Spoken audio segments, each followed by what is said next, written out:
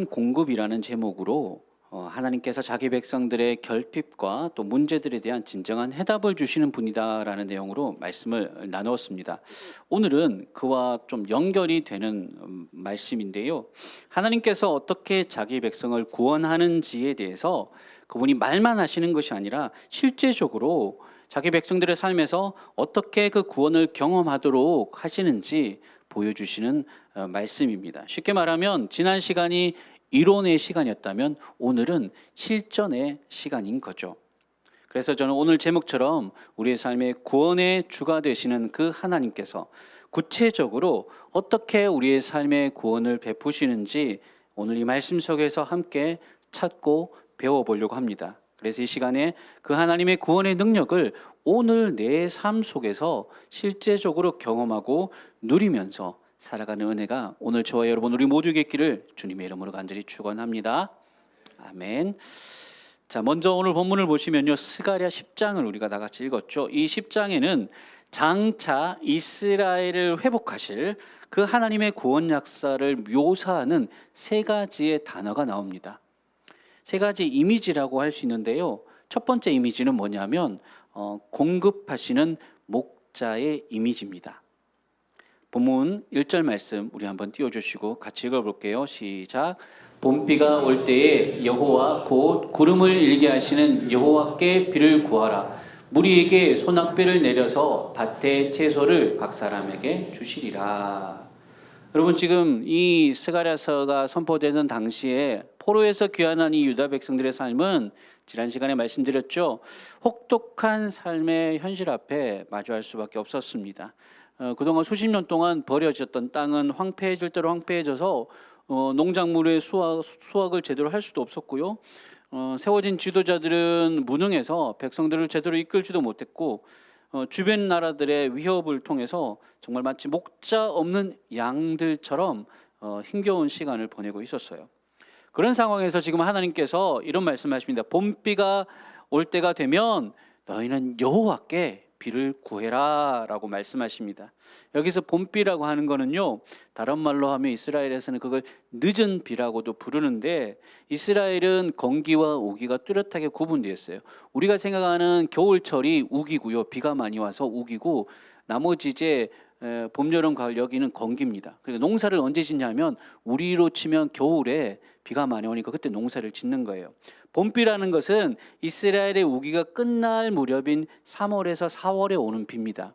그러니까 이 비가 중요한데, 왜 중요하냐면 이때쯤 되면 농작물이 이렇게 잘 자라서 결실을 맺힐 때쯤이거든요. 이때 한번 집중적으로 비가 내려줘야지 훨씬 더 풍성한 결실을 누릴 수 있게 되는 겁니다. 그래서 이스라엘은 전통적으로 이 봄비를 가리켜서 늦은 비의 은혜다라고 하면서 이 봄비를 주신 하나님을 찬송했었죠. 그러니까 지금 하나님께서 봄비가 올 때가 되면 너 여호와께 비를 구하라라고 말씀하시는 것은 내가 너희들의 삶에 실제적인 필요를 채우는 공급자, 또 목자가 되어 주겠다라고 말씀하시는 거예요. 단순하게 은혜를 베풀어 주겠다라는 말보다 채소를 주어서 너희를 먹이겠다라고 하는 게 얼마나 더 실제적입니까? 하나님께서 공급하시고 목자가 마치 자기 양떼들을 푸른 초장으로 먹을 거리가 있는 풀밭으로 인도하듯이 내가 내 양떼인 너희들을 실제적으로 삶의 필요들을 통해서 먹이겠다라고 말씀을 하신 겁니다.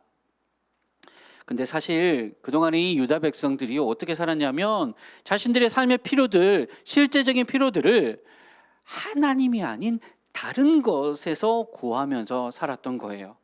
엉터리 목자들을 따랐다라는 것이죠. 본문의 2절에 나옵니다. 보세요. 2절 제가 읽어드릴게요.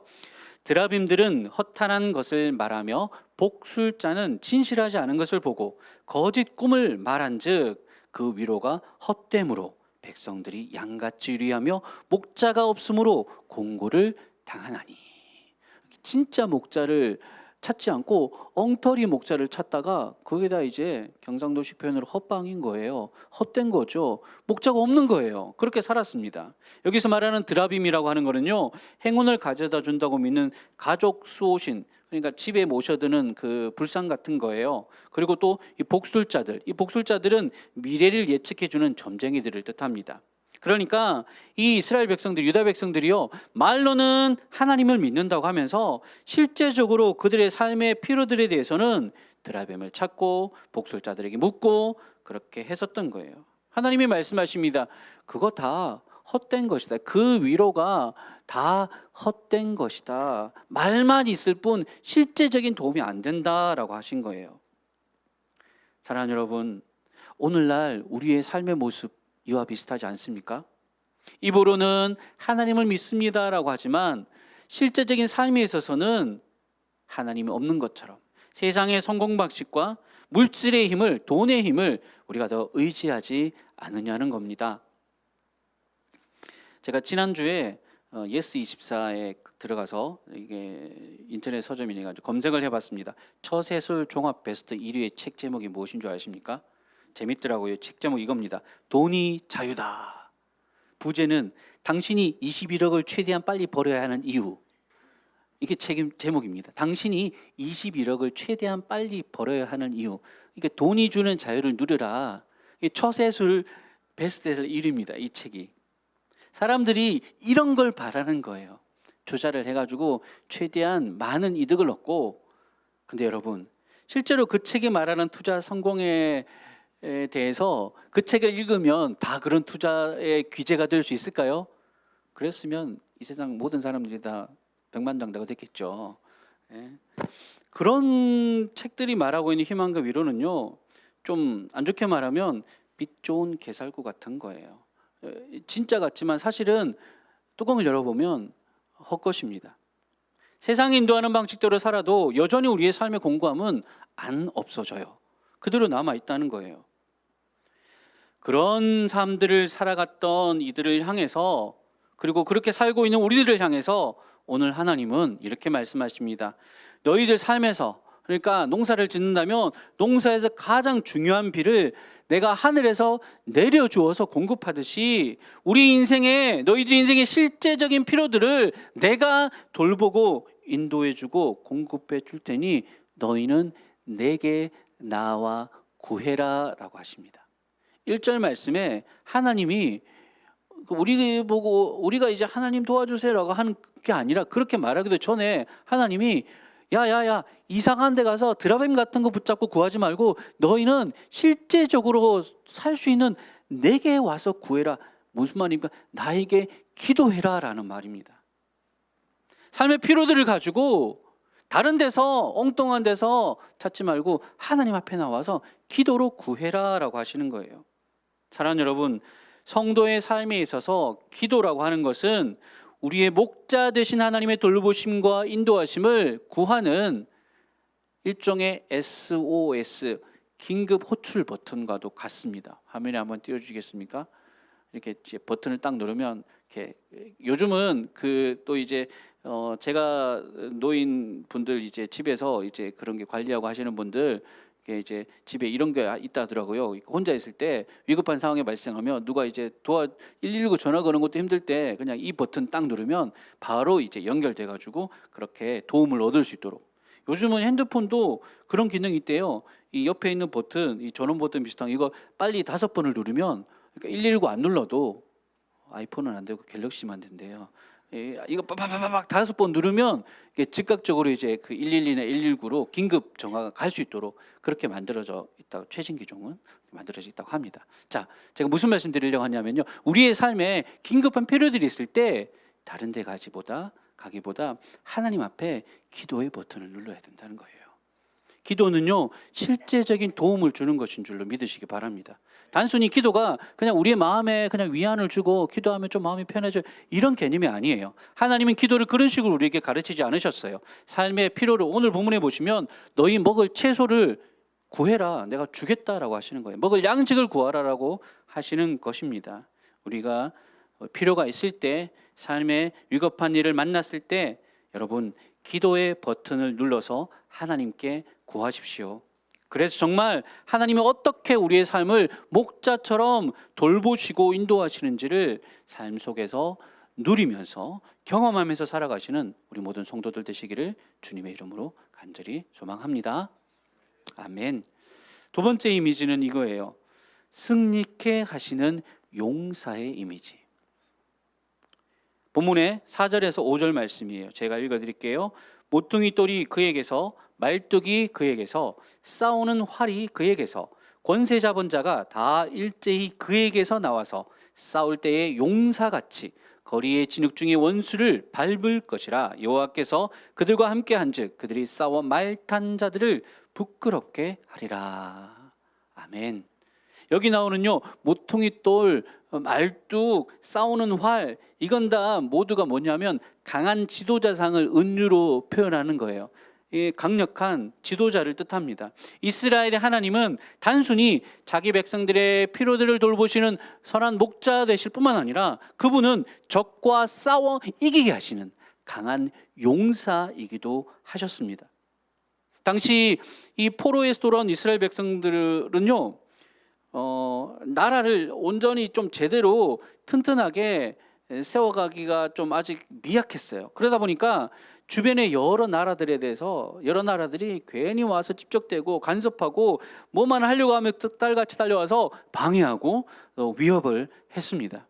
그래서 처음 와서 이제 성전 건축을 하려고 할 때도 그들의 방해 덕분에 10년이 넘도록 성전 건축을 못하고 멈춰버렸던 적도 있었습니다. 그런데 그런 상황에서 지금 하나님이 이렇게 말씀하시는 거예요. 내가 너희와 함께 하면 너희는 용사같이, 강한 용사같이 될 수 있을 것이다. 용맹한 전사들처럼 적들과 싸워서 이길 수 있을 것이다. 내가 너희들을 전쟁의 준마같이 만들어서 말탄 자들을 부끄럽게 할 것이다. 이렇게 말씀하셨던 거예요. 말탄 자들을 부끄럽게 하리라. 여러분, 이 말씀에 주목해 보십시오. 과거에요, 고대 시대의 전쟁은요, 그 전쟁에 있어서 말은 가장 강력한 무기입니다. 사람들이, 일반 보병들이 뭐 손에 몽둥이 들고 와 하고 달려갈 때 말을 타고 순살같이 달리면서 팍팍 쳐내면요, 이거는 상대가 아니에요. 한마디로 말해서 그냥 걸어 다니면서 싸우는 보병이 그냥 소총을 들고 하는 거라면 말을 타고 싸우는 기병이라고 하죠. 말탄 기병들은 그것에 비해서는 탱크와도 같은 거예요. 여러분, 소총이 탱크랑 상대가 되겠습니까? 안 되거든요. 그만큼 차이가 있었어요. 그런데 본문에 뭐라고 말씀하시느냐? 하나님께서 내가 함께하는 백성은 당장 보기에는 무기도 변변찮고 말도 없이 싸우는 보병들인데도 불구하고 그들이 말탄 자들을 부끄럽게 할 정도로 잘 싸우는 용사가 되겠다라고 말씀하시는 거예요. 그냥 소총 들고 땅땅땅 하는데 막 탱크가 박살나고 막 터지고 이런다는 거예요. 사랑하는 여러분, 바로 이것이 하나님께서 오늘 우리에게 주시는 위로입니다. 살아가면서 우리가 어떻게 보면 참 내 힘에 부치는, 내 힘으로는 좀 너무 버거운 그런 문제들을 만날 때가 있죠. 나는 그냥 보병인데 내가 해결해야 될 문제는 말을 타고 달리면서 싸워야 되는 그런 문제들인 거예요. 나는 말이 없는데 문제는 지금 말로써 말 탄 사람들이 기병이나 해결할 수 있는 그런 문제들이었던 거예요. 문제에 비해서 나 자신이 너무 무능하고 약해 보일 때가 있다는 거죠. 여러분, 그럴 때 우리의 약함을 용사의 강함으로 바꾸시는 하나님을 의지하시기 바랍니다. 시편 20편 7절에 이렇게 말씀하셨어요. 같이 한번 화면을 보시면서 읽어보겠습니다. 시작. 어떤 사람은 병거, 어떤 사람은 말을 의지하나 우리는 여호와 우리 하나님의 이름을 자랑하리로다. 아멘. 여기는 병거까지 나옵니다. 말이 아까 탱크라고 그랬죠. 병거는 제트기입니다. 그 정도 수준이거든요. 사람들이 의지할 만한 것들이에요. 그 당시에 전투에 있어서 최강의 병거입니다. 어떤 사람은 그런 것들을 의지합니다. 어떤 사람은 병거, 어떤 사람은 말을 의지하지만 하나님의 백성들은 여호와 우리 하나님의 이름을 의지하도록 하셨습니다. 왜냐하면 그 이름의 능력이 우리의 삶에서 실제적으로 병거를 박살내고 말들을 이기게 하시는 줄을 믿기 때문입니다. 사람들이 보기에 약하고 부족해 보여도 여러분, 우리에게는 세상을 이기신 하나님의 이름이 있음을 믿으시기 바랍니다. 용사같이 달려오셔서 우리와 함께 싸워주시는 그 하나님이 우리에게 있다는 말씀입니다. 그리고 그 하나님을 의지할 때에 우리는 그 누구보다도 용맹하게 우리 삶의 문제들을 맞서 싸워낼 수 있음을 믿으시기 바랍니다. 한 성도가 암에 걸렸습니다. 암 투병 중에 병원에서 이렇게 치료받고 투병하는 중에 목사님이 교회에서 오셔서 신방을 합니다. 근데 이 성도님이 목사님이 듣기에도 감동적인 이런 믿음을 고백을 하는 겁니다. 이런 말을 합니다. 목사님, 이 암이 제 힘으로는, 저의 힘으로는 극복할 수 없을 것 같지만 주님이 강한 용사가 되셔서 저와 함께 이 병마와 싸워 주실 줄로 믿습니다. 그래서 저는 오늘도 희망을 잃지 않고 이 병과 싸우겠습니다 라고 그렇게 고백하는 거죠. 위로하러 갔다가 목사님이 오히려 위로받고 막 옵니다. 사랑하는 여러분, 바로 이런 것입니다. 우리 삶 속에서 우리는 모두 다 사실은 크고 작은 전투를 벌이고 있습니다. 누구에게는 병과의 전투, 질병과의 전투, 또 누구에게는 가난과의 전투, 또 어떤 이들에게는 내일에 대한 불안과의 전투, 그런 전투들을 싸워가고 있는 거예요. 우리 삶은 모두 다 전장입니다. 그런데 이런 모든 싸움에서 우리를 도우시는 강한 용사가 있다라고 말씀하시는 거예요. 우리의 약함이 아니라 강하신 그 주 하나님을 의지할 때에 우리가 넉넉히 이기게 해주시겠다. 오늘 이 약속의 말씀을 하시는 그 하나님의 약속을 믿고 삶 속에서 승리를 누리며 살아가시는 저와 여러분 되시기를 주님의 이름으로 간절히 축원합니다. 아멘. 이번에 세 번째 이미지입니다. 세 번째 구원의 이미지는 바로 회복시키시는 구속자 이미지입니다.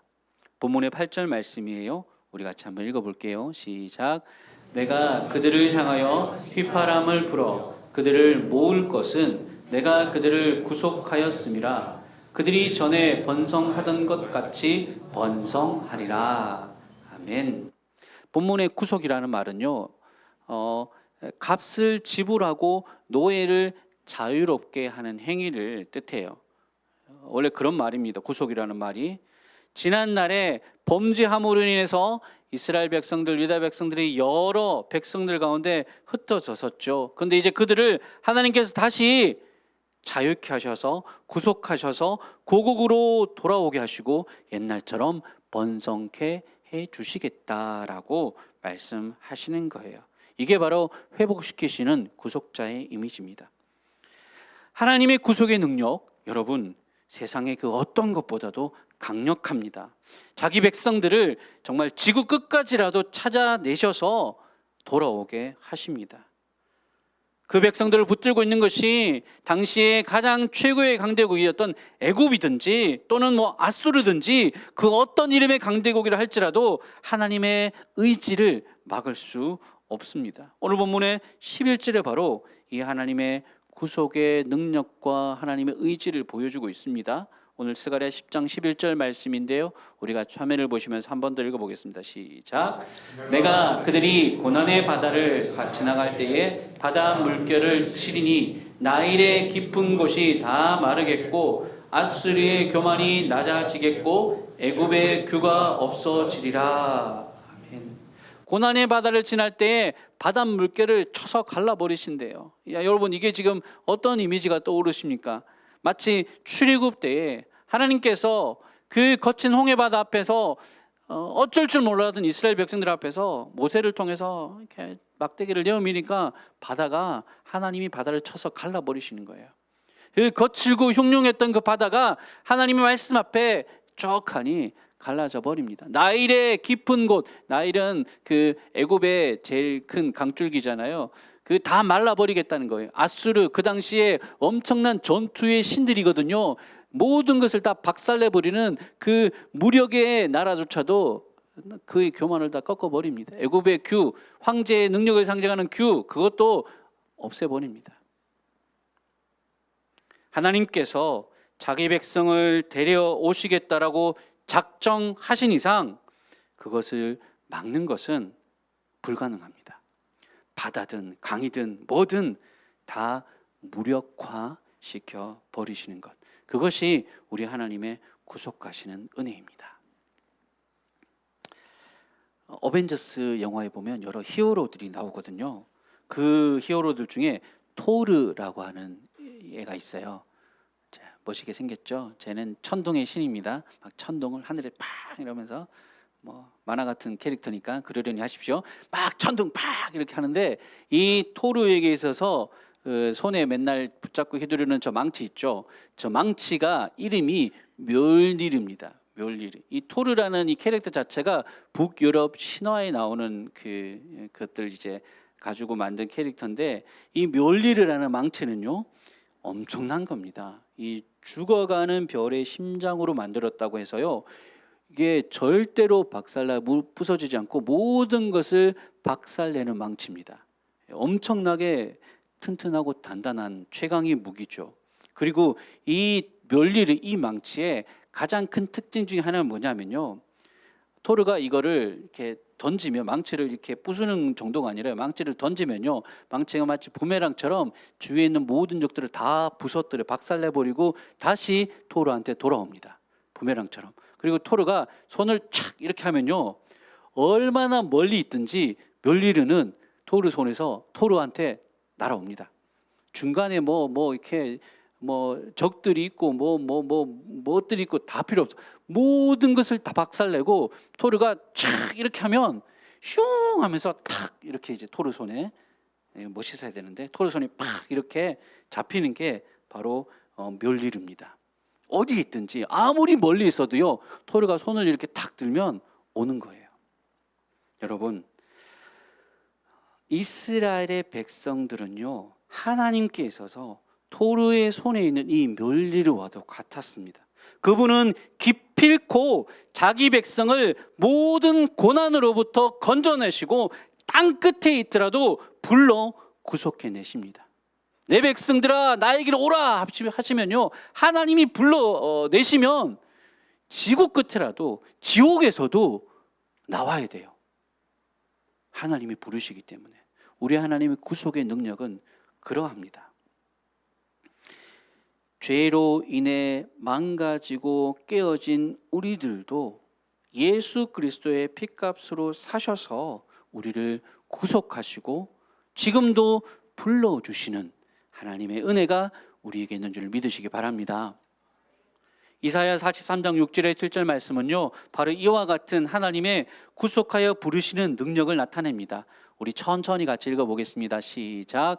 내가 북쪽에게 이르기를 내놓으라, 남쪽에게 이르기를 가두어 두지 말라. 내 아들들을 먼 곳에서 이끌며 내 딸들을 땅 끝에서 오게 하며 내 이름으로 불려지는 모든 자 곧 내가 내 영광을 위하여 창조한 자를 오게 하라. 그를 내가 지었고 그를 내가 만들었느니라. 아멘. 내놓으라, 가둬두지 말라, 오게 하라. 하나님이 말씀하시는 거예요. 때때로 우리의 삶 속에 죄로 인해서 우리가 실패하고 하나님을 믿겠다고 떠벌렸지만 삶 속에서 무참히 죄 가운데 무너져 내어버리면서 은혜를 저버리고 하나님을 떠나버렸어. 실수했고 실패했고 하나님 모든 주신 것들을 다 허비해버렸어. 마치 집전한 둘째 아들 탕자처럼. 그럼 어떻게 해요? 사단이 우리를 정죄하고 참소하죠. 너 따위가 이제는 하나님의 은혜를 받을 자격도 없어. 너는 이제 버림받았어. 너는 이제 더 이상 돌아갈 수 없어. 사탄의 그 어떤 참소조차도 하나님의 구속의 능력을 막을 수 없습니다. 사망의 음침한 골짜기 어둠 깊은 곳에 갇혀 있더라도 하나님이 내 백성을 내어놓아라 라고 말씀하시면 그냥 오는 거예요. 불러주십니다. 그 어떤 잘못과 그 어떤 실패와 그 어떤 절망 가운데 있다 하더라도 하나님이 이리 오너라 라고 말씀하시면 내가 내 영광을 위하여 창조한 내 백성들 내게로 오너라 라고 하시면 다 오게 되어 있는 것입니다. 우리 하나님은 자기 백성들을 절대로 포기하지 않으십니다. 우주 끝까지라도 가서 우리를 찾아내시고 불러주십니다. 예수 그리스도의 그 십자가 보혈의 공로로 다시금 우리를 씻겨주시고 정결케 해주시고 거룩하게 해주셔서 다시 너는 내 백성, 내 자녀다라고 말씀해 주시는 것입니다. 이것이 바로 구속의 은혜입니다. 이 은혜가 이 회복하시고 다시 세워주시는 은혜가 지금도 우리의 삶에 역사하셔서 우리를 불러 이 예배의 자리에 세워주신 줄을 믿으시기 바랍니다. 그 은혜로 우리가 사는 것이죠. 나의 힘으로는 도무지 성공할 수 없고 살 수 없고 하나님 뜻대로 세워질 수 없는 존재들이지만 오늘 또 우리를 구속하신 그 사랑, 우리를 불러 회복해 하시는 그 은혜 덕분에 우리가 이 은혜의 자리 앞에 세워진 줄로 믿으시기 바랍니다. 아멘.